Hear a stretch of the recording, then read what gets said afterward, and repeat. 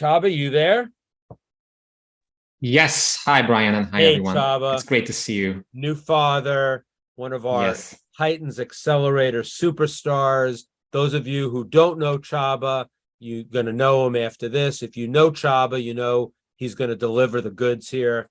He is, I don't know, that we found each other, Chaba, is a blessing in my life. He is the Hungarian, I don't know. Marketing mafia. Mafia, the Hungarian Yes. mafia, right? And he is a student of everything in copywriting.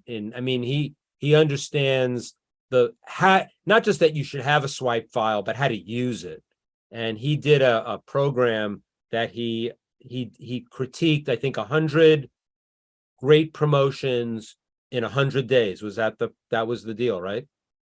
Yeah, actually, it was more than 100 after all. But yeah, originally it was like the 100-day proven sales letter breakdown series. And for those of you who are new to the group, here's the list. It's all on YouTube. You can watch all 100 long form videos breaking down proven pieces of long form sales letters. Yeah, this is basically Professor Chaba breaking down why these are promotions that have all worked.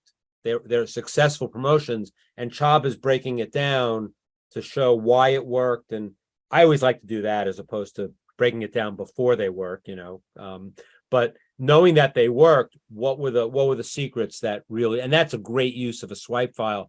And I encourage everybody to take this link, store it on your hard drive, and it's something that you can go back to time and again. And Chaba is a student and a teacher, and that's why I love him so much. So the title of your presentation today is? Well, there's a long version and the short version. Let's just go with the long version. Okay. So basically, it's the power of lead activation, how I got a 72% landing page conversion rate, 50+% email reply rate, and a 3.5x ROI in just 3 weeks with a new type of marketing campaign. I think this is a perfect transition from the fact that you should reply to your emails, because this is really core in this presentation as well. How much time do I have, Brian? Let's do, let's see, it's 11:40. I mean, if you can try to do it in 20 minutes or so, maybe a little longer. Can you, how long do you think it is? I think it's like 30 minutes because Carla originally wrote 30 minutes plus some Q&A. So I budgeted, I designed it to be 30 minutes, but I can go shorter as well. Yeah. So you can, so 30 should do it. And then we'll bring Bob on. Okay, let's just jump into it then. Okay. So can you see my screen here? Yes. Cool. So this is the short title here. So this is all about email. So this is basically an email marketing case study. It's breaking down a campaign that I did a few months ago. And the context basically is that there's this guy called Daniel Thrussell. He has like a notorious email marketing brand. And I basically purchased a classified ad spot from him with 2 other people. And this meant that I could send a 50-word ad to his email list. He would promote it once, and then I would get, either customers or newsletter subscribers from that. And I designed a whole new type of funnel based around the concept of conversational marketing and lead activation that basically was super successful. As you can see, a few things here. Basically, he had a 10,000 person email list. And in just 30 hours after sending this, I got 815 clicks, 888 opt-ins. And this was like after the double opt-in, which I do, I got 445 new confirmed subscribers. The first few emails had like a crazy open and click-through rate, like almost 90%, almost 50%. Click-through rate, and we're going to talk about why that was. It was very specific, and there were very high open rates and click-through rates, throughout the email campaign itself. I made an ROI basically in the first 24 hours before even selling anything explicitly. It was just like a Dean Jackson style PS on the thank you page, and then 3.5x ROI in 3 weeks. But the thing I'm most proud of, and this ties in perfectly with what you said a few minutes ago, is that I got 251 replies to the first 2 emails, and I manually replied back to every single one of those replies. Sure, I had a template, but I still customized it based on name. If I noticed something, if somebody replied in a longer format, I also sent them a more heartfelt message. And this really, really made a big difference. And it still makes a difference despite ChatGPT, despite all these fancy new tools and everything.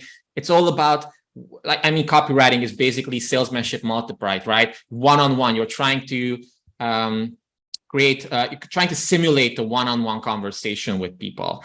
So if some of you don't know me yet, especially for the newcomers, basically I've been a freelance copywriter for 2017. At this point, I've worked with probably more than 100 different clients, either with Done For You or Done With You, and I generated millions of dollars for them. And since 2019, I'm also a content creator. I have my YouTube channel, I have my email list, I have a website. So I create content on copywriting, email marketing, sales letters, persuasion psychology, and stuff like that. And there's the link again to the 100-day proven sales letter breakdown challenge and the yet unfinished 50-day proven email breakdown challenge as well. So that's the context.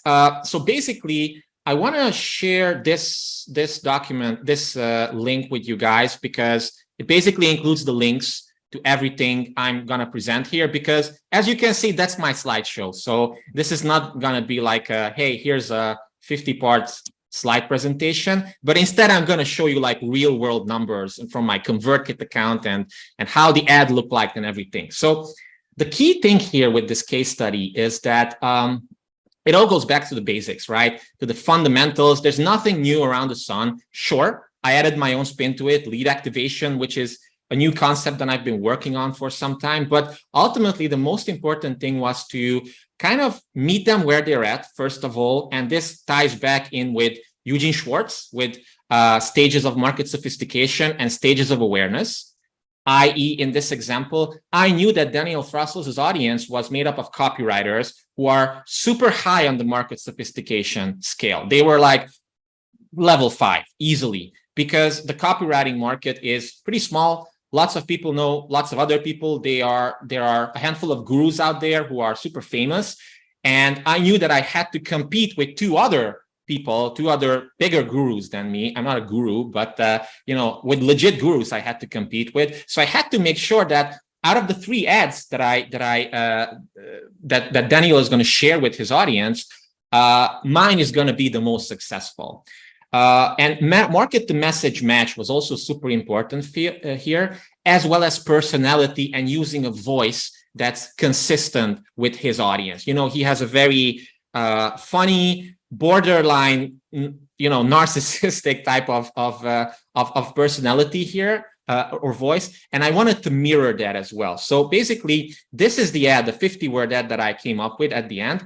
It said it was a direct offer. It uses basically a direct lead, and all it did was to qualify people, give them tease an irresistible offer, and then position it as something that's different and superior compared to anybody else's stuff. I got this idea from Todd Brown, actually, different and superior. So basically it said, okay, I'm just going to go right ahead and say it. If you're one of Daniel's most loyal subscribers, there's the qualification. I'd like to shamelessly bribe you, and this comes from Gary Halbert, shamelessly bribe you, to join my email list with the most ludicrous copywriting giveaway ever. Something that makes everyone else's lead magnet obsolete in comparison. Check it out. So that was the ad. It's exactly 50 words.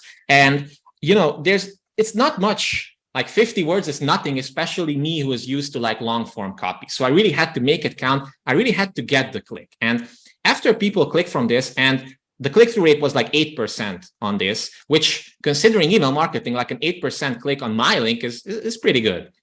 So it basically sent people to this landing page, and we're not going to have time to go over everything, but keep in mind, this is the landing page for a free offer. Notice how long it is. And the reason why it had to be so long is because, first of all, I wanted to show, not just tell, that yes, this is a ludicrous copywriting giveaway. And also, since the market sophistication of this audience was so high, I wanted to basically overwhelm them with long form copy. And because I knew that people in this audience usually read long form emails, usually read longer form stuff, right? And I wanted to have enough space to shift enough beliefs so that they actually say, oh, although I am on Daniel's list and I trust him, I also want to subscribe to this guy, to this Chaba guy who I don't really know at this point. So you have the link to this. I think I put it in the chat. You can check it out later as well. But basically, it just, again, it jumped right into the action I set for Daniel Thrussell's most loyal subscribers only. It's 2:45 a.m. and I just fell deep down a rabbit hole. Which rabbit hole? The how to create a copywriting giveaway so irresistible, only a lunatic would ignore it hole. Because what I've put together for you is so ludicrous, it makes everyone else's lead magnet obsolete in comparison. Read this message till the end, because for the next 24 hours, as a loyal Daniel Thrussell subscriber, you are entitled to this unique copywriting giveaway worth, so much for free. And the thing that you can notice is that there's definitely market to message matching. There's matching between the ad itself and the landing page, so that people, when they land here, it's totally consistent with them. And it positions this whole thing. Of course, there are so many other, persuasion triggers and strategies. I mean, my Breakthrough Conversions Academy course that you mentioned before, it goes much deeper into this. But the idea here is that I just started in the middle of the action. And it was very blatant, right? But it wasn't annoying, because right from the start, I said, I want to shamelessly bribe you. There were lots of reason why elements. I said, like later on here, I even said that, so here's what it's all about. A few weeks ago, Daniel offered a handful of people, including yours truly, the opportunity to run a 50-word ad in one of his emails. The cost, $1,000. That's a nice chunk of change for a 50-word ad. And naturally, if I paid him the 1,000 smackaroos, I like to make the most of it if possible. So that's why I'm shamelessly bribing you with the most ludicrous giveaway ever. So this was inspired by Gary Bensavenga, who's like the founder of Proof Marketing and Reason Why marketing, as well as like content marketing in a sense. But there was an immediate like logical element here as well. Oh, okay, I see. So he's not just trying to like give me lots of free shit that's free anyway, just to get me here, but instead this is genuinely useful because he wants to over deliver. And that's how we get back to over deliver here. So you see, everything is connected to Brian and the world of direct response. There's nothing really new under the sun. Another thing that you can notice here is that this concept of lead activation that I mentioned. So what's this whole lead activation thing? Well, instead of optimizing for sales upfront, I optimize for persuasion, for setting up the context so that people later on would have built enough know, like, and trust to purchase from me. So early on, I was basically trying to optimize the experience the leads were going through, by creating this page, activating them so that it's easy to identify who were the hottest leads and get them into the right offer ASAP. And that's why I said that with a simple PS on the thank you page, I was able to get like almost 10 sales immediately. And then prime the rest of the leads who weren't ready to purchase anything right away to convert at a much higher rate further down the line and to reply more, which would boost my email reputation score, which would make it so that subsequent emails will land in the primary inbox instead of the spam folder or the promotions tab, and so on and so forth. So basically, there were lots of proof elements here from like well-known copywriters that I have. Also a mini story, I also use lots of fun and humor in this as well. And then the rest of the page was like, hey, here's your free bonus. This whole challenge, this 100-day proven sales letter challenge that I mentioned. And there's a testimonial from Brian. Look at that. What a nice, proof point here. Then I said, oh, you're also getting the Rainmaker Freelance Copywriting Toolkit. I was thinking, what could be really, really valuable for this type of audience. So everything I did, I put together so that it activated people. And by activating, again, I mean that it persuaded them, it built a case before even giving them the case, right? And it's, again, the same thing like what lots of other A-list copywriters did back in the days. It's the same thing like with Megalogs. It's the same thing with Bookalogs. Read This or Die, right? It was basically a book in a sense from Jim Rutz, and it did very, very similar things. So that by the time he got to the pitch itself, people were already, conditioned to buy at that point. So this was really, really important. And as you can see, I also added different flavors of the call to action. As people were going through here, it was like, whoa, I definitely want that. Sign me up. The next one, holy moly, that sounds amazing. I want it now.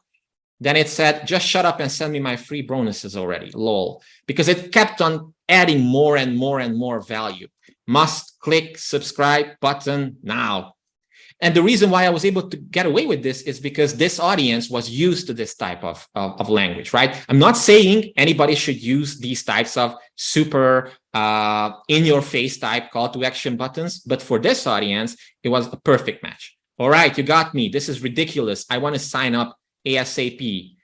Okay, now I don't have any more objections left. Sign me up. This is like an advanced preemptive objection handling element, right? Just verbalizing it in their minds before they even realize that they might have objections here. And then I said, at the end, just some, a few things about me, crossroads close at the end, and then, do it now, listen to Arnold and do it now, even more humor here. So this was the landing page itself, and this converted at 72%, which is, it's pretty good after like 600 conversions, right? So, and it stayed at that point. So after this, people basically went to a confirmation page because I wasn't looking for, every single person to sign up. I wanted to qualify people. I intentionally wanted to add hurdles because I was looking for people who are serious about this. And if somebody cannot even, confirm their email address as a double opt-in, then will they actually purchase later on? Probably not, right?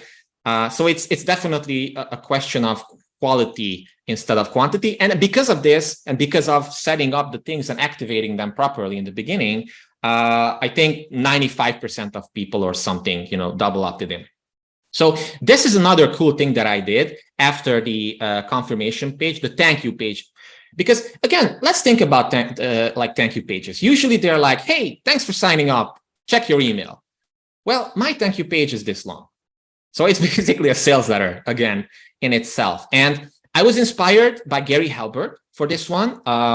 He used to do a version of this for his Gary Halbert letter, and it was an upsell originally. And it started very, very similarly, but then I added my twist to it and changed it. But basically what this did is it established know, like, and trust early on. Again, this was really, really important later on for the emails as well. It's super long form, which is different in its own because who does this? And again, the concept of lead activation came up. I optimized the initial experience. I demonstrated that I care about them. It's not just about like, hey, thanks for subscribing, now buy something.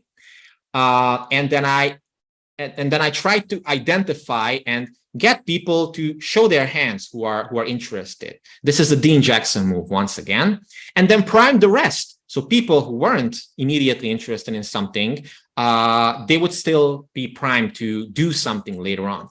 And the whole name of the game was getting people to do something. So the entire funnel was full of micro commitments, right? It's like the foot in the door technique in a sense, if you're thinking about selling. And I gave them even more unannounced value, but they had to reply for this. There were extra surprises and secrets here and there. I even shared the vulnerable story of how I had to pull down two videos, two sales letter breakdown videos because of certain reasons. And because of that, I cannot include them, on my channel. But if they reply to my welcome email, I will manually send it to them as a friend. Right? Because I can't share it. I can't share it with a friend. So that little personal touch made it seem like I cared about the individual person who read this. And I did send that. So basically, the first part just thanked them, just reinforce their decision. Wow, you're such an amazing person. You just made the most, the best decision of your life for signing up for this one. Then I added some proof. Then I even said explicitly like, hey, the subject line of the first email will say this, and the from line will say this, so that there's no confusion. There's no nothing. It's like, oh, I can't find your email or something. Because again, I was optimizing for lead activation. One part of which is getting them to reply. Because if they reply, subsequent emails will be sent to the primary inbox because it's super important. Then I even said like, hey, there's even more goodies coming your way. I created something called the subscriber hub for you, which includes all these goodies like 39 proven headline formulas, the ultimate email checklist, the 8-step YouTube ads quick start guide, all these cool stuff. And you're going to just get access to these because I meant it when I said that this is the most ludicrous giveaway ever. And then I went into the story of how I had to pull down 2 videos because of some bureaucracy, basically. But as a private gift, if you reply, but only if you reply, you can get access to these secrets videos as well. And people went bananas for this. Like I think this is mostly why I got a 50% reply rate, because even though these people got like hundreds of high quality videos and all sorts of checklists and cheat sheets and free courses and everything, they still wanted those 2 free videos, right? Because we all want what we can't have. So this is, again, a very powerful little persuasion psychology thing. And in the end, as a PS, basically, I just included this. I said, you know, a lot of people told me that I was crazy for putting up these videos on YouTube and not putting them behind the paywall. So, you know, it's like, but I still believe I want to share these and I enjoy teaching these things. But if you want the next step, you can buy the whole swipe wallet, the whole swipe file, marked with all my comments and notes and everything for just $100. So it's like less than $1 per sales letter. If you think that that's worth it to you, here's the link. There's no urgency or FOMO or something, but it might just turn out to be an heirloom one day or something. And apparently, you know, lots of people said, of course, I want these swipe files. Like it's less than $1 per swipe. That's nothing. And then I even, again, added something like, hey, I don't trust the deliverability on Gmail. And I made this short 40-second video for you on how to whitelist my email. So again, a more advanced way to make sure they do something, because if they do something, the system thinks that these emails are not marketing emails. And in a sense, they aren't. In a sense, they are, emails that give value and build lots of know, like, and trust. So this is how the first sequence looked like. As you can see, these are the open rates and click-through rates here. So it started out as like 80 something and a 40% click-through rate here. But as you can see, even after like multiple days, it still hovered at like above 50% open rate. And this is not just for like 2 people, it's like over 500 people. And the click-through rate was also super high. And even these emails, they weren't really sales emails, right? Every single one had an action step at the end, at least one, because I'm a big fan of Ben Settle when he says that every email should sell something, right? Sometimes that's the click, sometimes that's your course, sometimes it's a reply, sometimes it's to prompt people to think deeper or something. But obviously it was working. And this breakthrough guide, this started the next sequence, which eventually led to a pitch sequence as well. But I want to, can you tell me how much more time do I have, Brian? Because if I have time, I want to also dive a little bit deeper into the emails themselves. Just dive a little bit deeper. I guess maybe, 5 to 10 minutes max, because I want to. Okay, sure. Okay. So basically, the essence here is the emails themselves. They were all conversational marketing, and they all did this lead activation thing once again. So the first thing is just basically very friendly, setting expectations early on. Here's the subscriber hub. Here's to get access to it. And also reply. Just hit reply. Let me know you basically got this. The next one, it was just super friendly. Like, hey, what do you do? Hit reply and let me know. Again, people responded because they're like, it seems like a super personal email. I mean, this is what it looks like.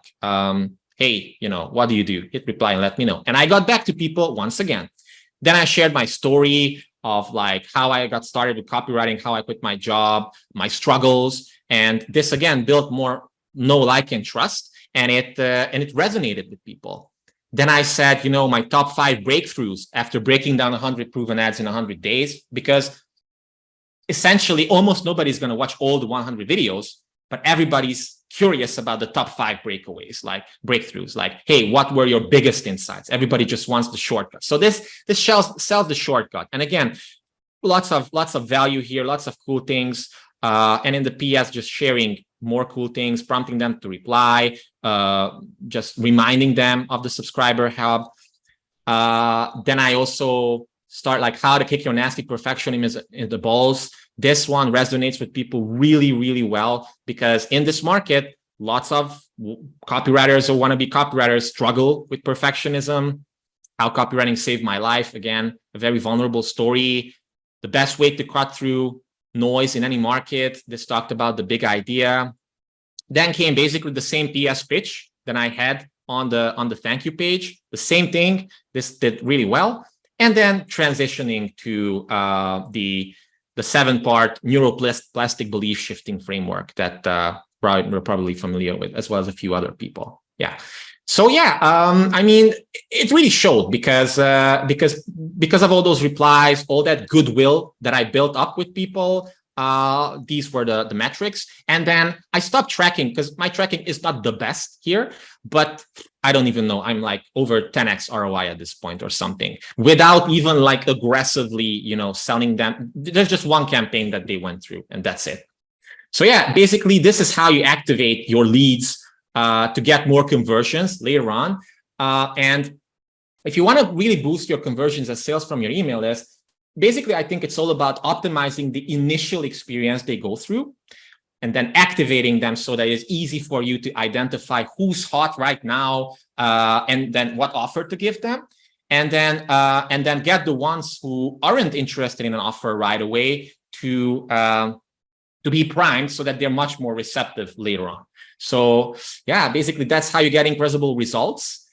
Just like how I got incredible results with this campaign. And honestly, I think you found this, I hope at least that you found this case study helpful, but chances are you can absolutely do this with your list too. So you can use this, you can take any of these, but if you'd like me to personally help and map out a killer lead activation plan for you to help you grow your business, then for the participants on this call, I'm willing to offer something really cool that I've recently put together. It's called the Rapid offer. I just want to. Yeah, it's free, by the way. Yeah, but I gave Chaba free reign to, sell you guys something or give away other things and whatever, just because everything he delivers is incredibly valuable, and he'll give you the best price you can get because you're a brother or sister in Xcelerator.